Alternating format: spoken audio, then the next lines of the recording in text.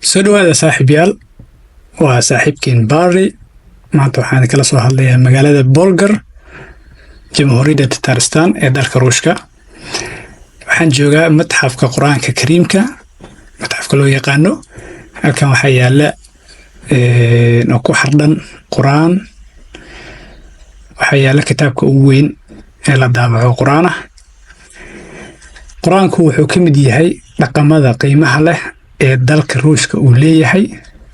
Ruushku waa dalka ugu weyn ee dhaca qaaradda Yurub ee Quraanku yahay mid ka mid ah cultural value-ga waddanka uu leeyahay.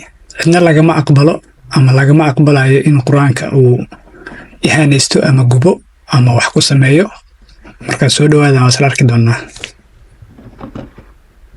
Marka matxafka soo gashid waxaa arki doontaa kaasada ama meesha oo lagu bixiyo lacagta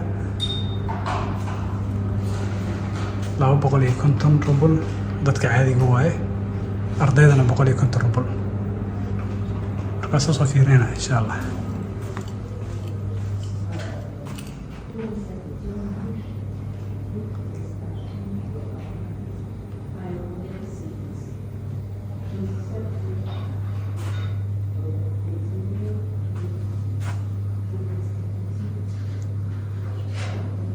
لله المشرق والمغرب فأينما تولوا ثم وجه الله.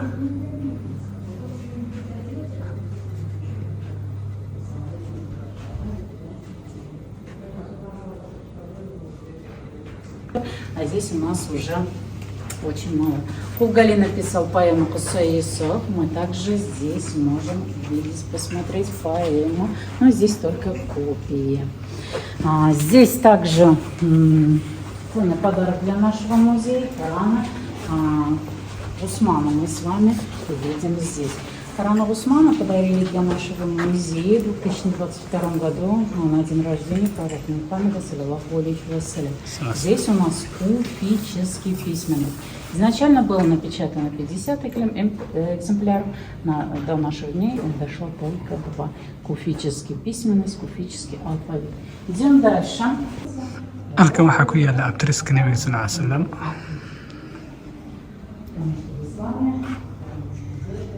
Muhammad alayhi salatu wasalam lagu qoray Abdullah, Abdul Muttalib, Hashim, Abd Manaf, Qusay, Kilab, Murrah.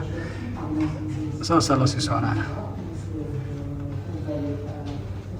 Sidoo kale farcameen kulli.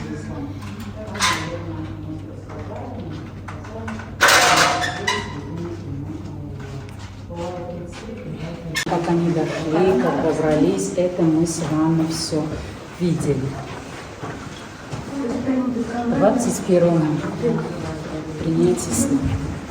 И здесь багдадское посольство, болгарский народ, Прямогры, Аламы, Гусы, Печенеги жили вместе, жили дружно. Ковры почему-то здесь не мусульманские, да, с узорами, не с узорами, а именно животные. Здесь армянские ковры были. Именно армяне здесь уже жили, поэтому... halkan waxaa yaala kitaabkii Qur'aan ee la daabaca ee ugu weynaa dunida soo mara uguna qaalisanaa. Kitaabkan wuxuu ka diiwaan gashan yahay buugga rikoorada caalamka lagu qoro oo Guinness Book of Records la yiraahdo. Waxaa lagu daabacay dalka Talyaaniga. Culayska kitaabkan waa 500 oo kilogram. 120 kilogram oo ka mid ahna waa cover page-ka ayaa ka samaysan. Cabirkiisana waa 1.5 mitir lagu dhuftay 2 mitir. Kitaabka waxaa lagu qurxiyey macaadin qaali ah oo kala duwan. Waxaa ka mid ah dahabka, waxaa ka mid ah silverta, waxaa ka mid ah malachite, lazuli, jasper, zircon, topaz, amethyst, coral, aventurine iyo macaadin kale oo qaali ah. Waa kitaab cajiib ah. Коран, да, Коран занесен в книгу рекордов Гиннесса за его размеры. Размеры Корана 1,5 метра на 2 метра, вес 500 килограмм. Напечатан в Италии. Обложка состоит из малахитовых пластин, на которых серебряные накладки с 24-каратным напылением золота. Накладки имеют вставки из натуральных камней, среди которых кораллы, аметисты, лазурит, горный хрусталь, сердолик. Это все здесь представлено. Спасибо большое. Давайте. صاحبي هذا صعد وصلنا مستي أبدا متخفي يالي هذا ياله وزن